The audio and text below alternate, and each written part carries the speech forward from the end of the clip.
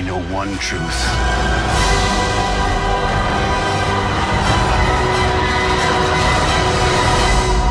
It's time for the Jedi to end.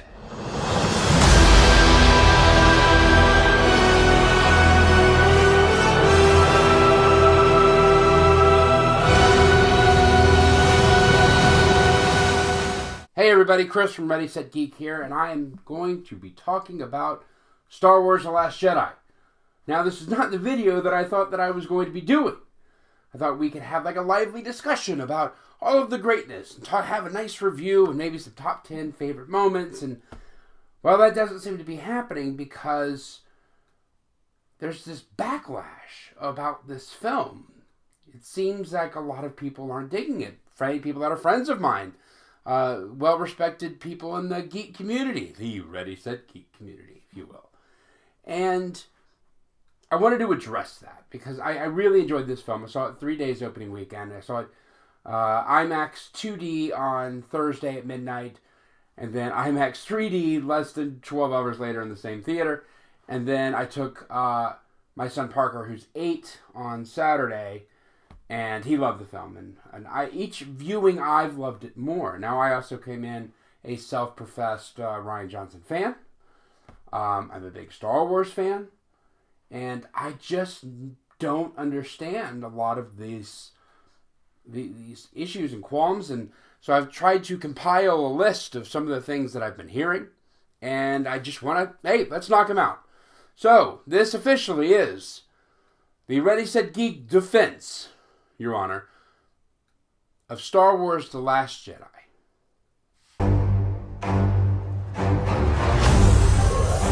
Let the past die. That's the only way to become what you were meant to be.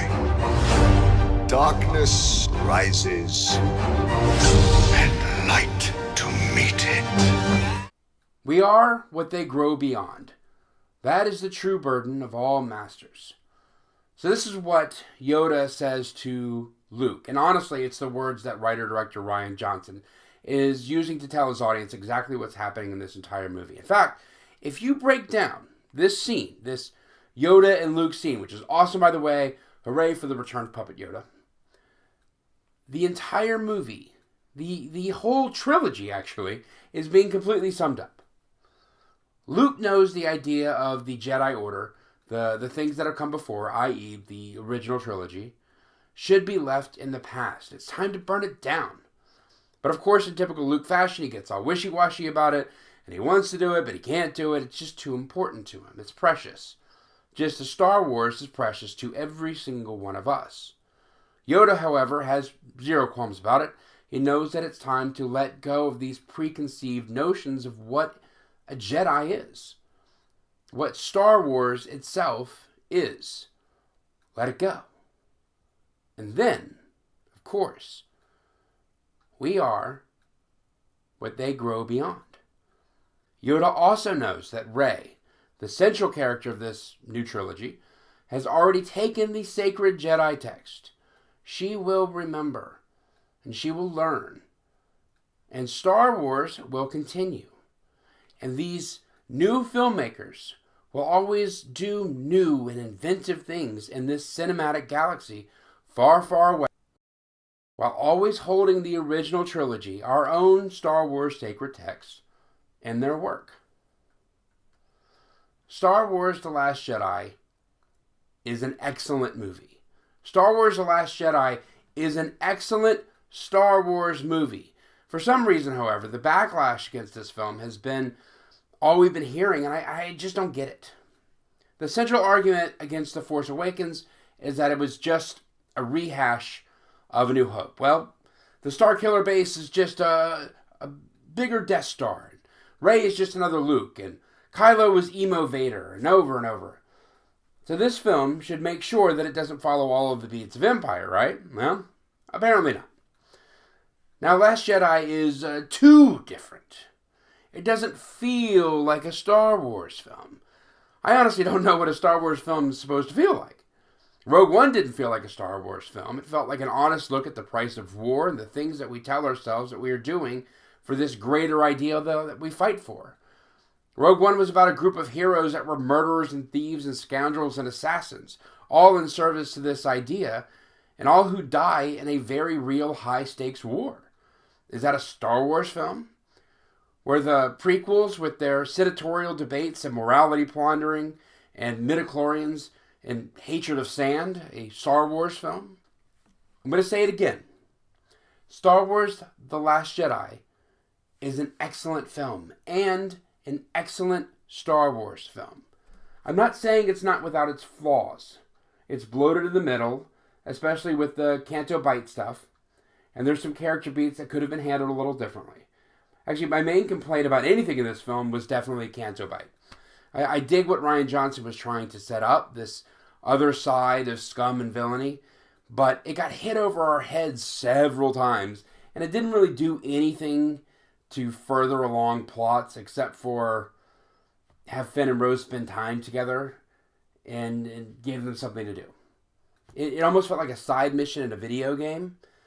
In fact, my biggest complaint about my biggest complaint was Maz being wasted, who was one of my favorite characters to come out of Force Awakens. To get that little throwaway scene with her, it felt disingenuous. And then everybody saying Master Cracker.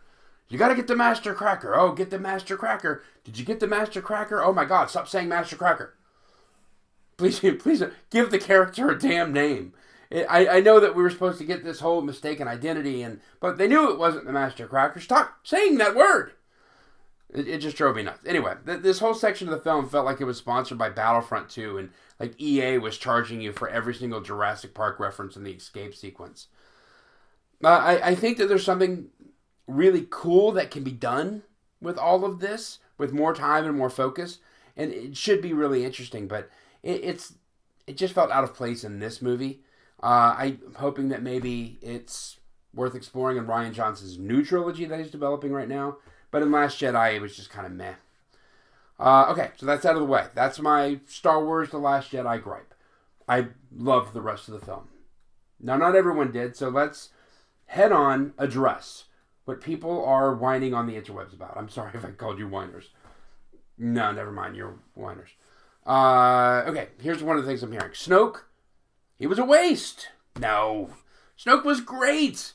And Andy Serkis made him feel layered and menacing and powerful. Okay, look. Snoke came to power after the Empire had fallen. He took control of the First Order. He was a powerful Sith Lord. He seduced Ben Solo. He made a small appearance in Force Awakens, and then he had these big moments in The Last Jedi. The Emperor came to power during the time of the Republic. He was a powerful Sith Lord who seduced Anakin Skywalker. He had a small appearance in New Hope, showed up in Empire, and had his big scenes in Jedi. Okay, so Snoke is basically the Emperor. We didn't get a canon Palpatine backstory till the prequels, and if you want 3 films about Snoke coming to power filled with trade negotiations, well, I don't know, more power to you. I'm sure in the expanded universe, Snoke will be fleshed out, and you'll have that much more if you really want to know the rest of his story. It's going to be in there. But for this, Snoke worked. He was fine, and I really, really liked Andy Serkis and what he did with it. Okay, here's another one I'm hearing a lot of.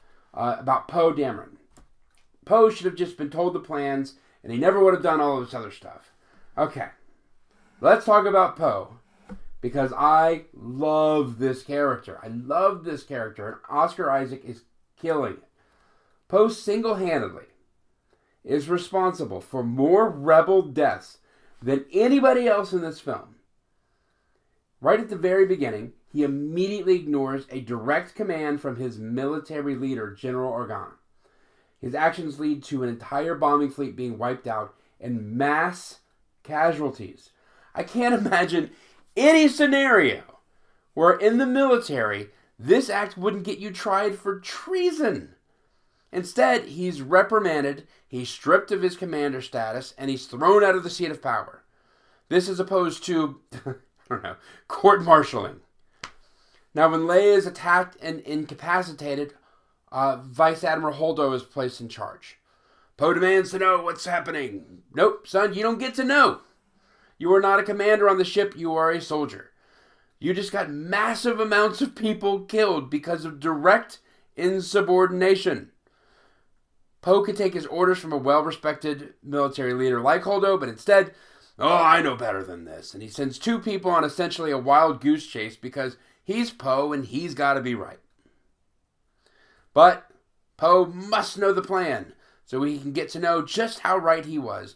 And when he decides that this isn't good enough, he immediately starts yelling out sensitive operational information to Finn and Rose on an unsecured line in a spaceship he doesn't know with a person on it that he can't confirm. Because of all of this, hundreds more rebels are attacked and died. Poe screws up left and right in this movie. And we forgive him because he's likable, he's a central character, and he's our point of view in this situation. So obviously, the audience is going to go with him. Holdo was somebody new and different. She's suspect. And she sent away our guy. So we can't trust her. This specifically is Rian Johnson leading the audience away with sleight of hand. And it works. And it makes Holdo's sacrifice actually mean so much more. Because we end up really liking her. And she's validated by Leia and just her general rightness about this entire thing. It's Poe who screws up. Poe who does not get to be in command of this ship. Who does not get to be in the decision-making process. Because he just was stripped of that rank. If this was an actual military operation, that person's not going to be able, bring him back in. No, let's talk to him about what just happened. The guy who just killed half of our people? Oh, yeah, get that guy. It doesn't work that way. This was appropriate. Poe lost that respect. He doesn't get to be in the room where it happens. Hamilton. Next thing, Luke. Luke was wasted. He was a wuss. I wanted badass Luke. All right, let's get real. Again, Star Wars Geek. Luke was badass for 15 minutes in Return of the Jedi when he dealt with Jabba and he killed the Rancor and he saved Han. Luke is not a badass. Hell, Vader was even the one who killed Emperor, who was owning the hell out of Luke. This movie has some of the best Luke Skywalker stuff we've ever gotten. And so much of that was because of Mark Hamill's performance. It genuinely reminded me of Stallone revisiting Rocky and Creed. The story's no longer about him. It's about getting these new characters to that level and helping their story. And that's exactly what Luke did for Kylo Ren and for Rey.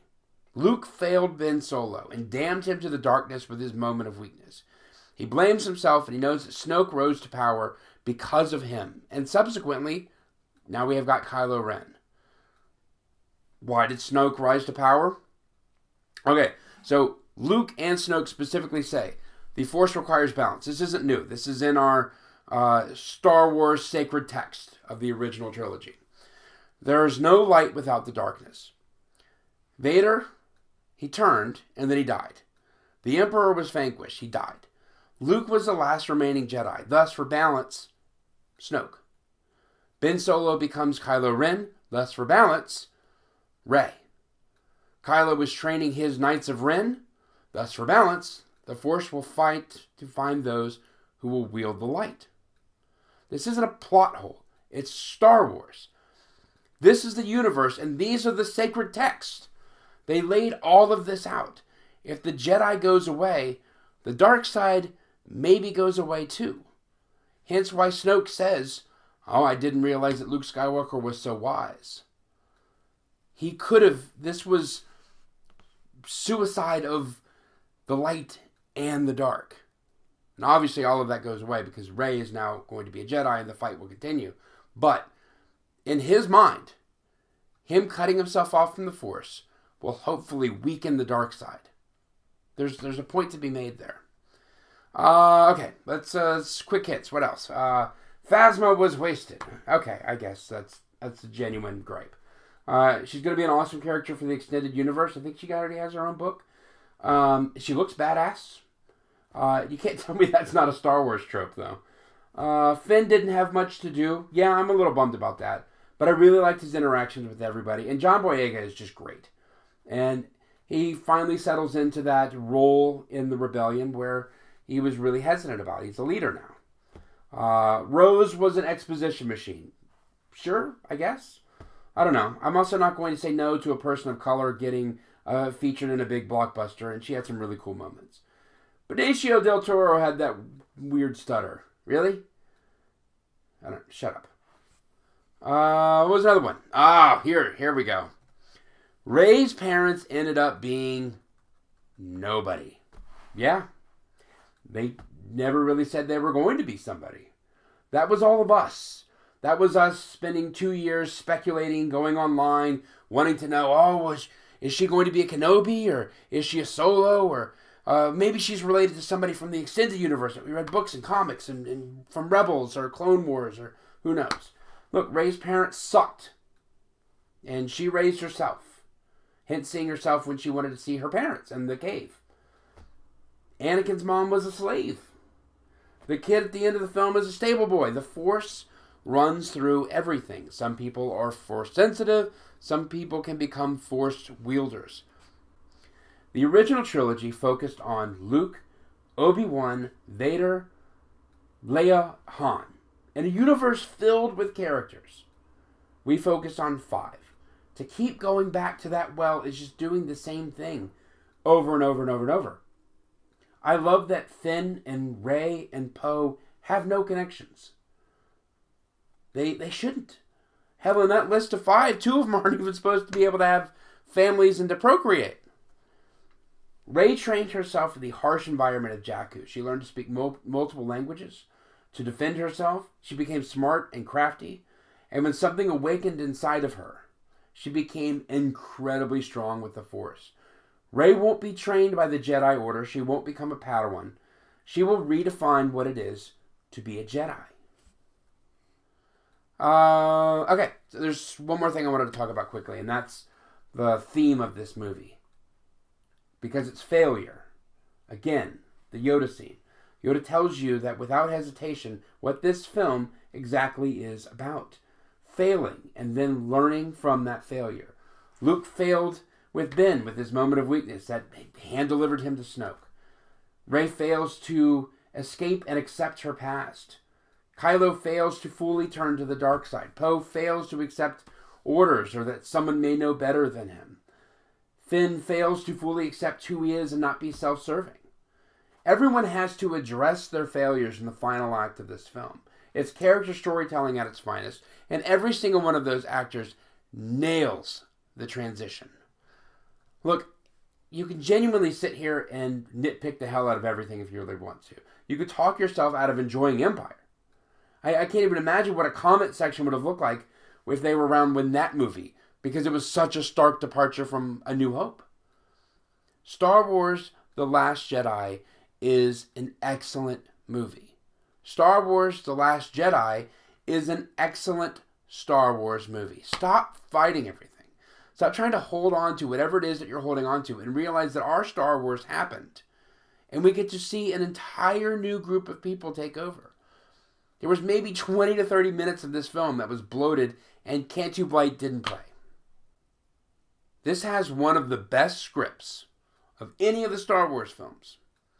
This had some of the best acting of any of the Star Wars films.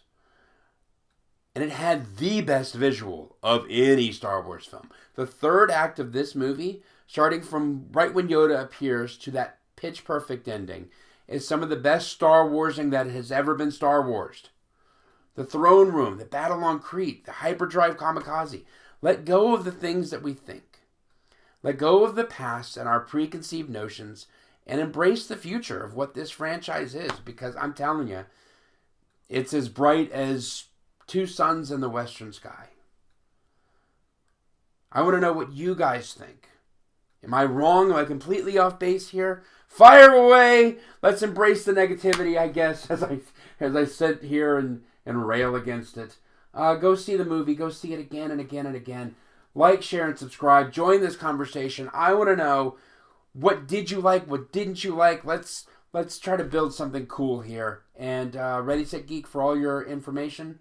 Facebook, Instagram, all that fun stuff. You can find this NDC Ready, Set, Geek. My name is Chris Lemke, And we're prepping for the return of the game show. We'll talk to you soon. Bye. This is not going to go the way you think.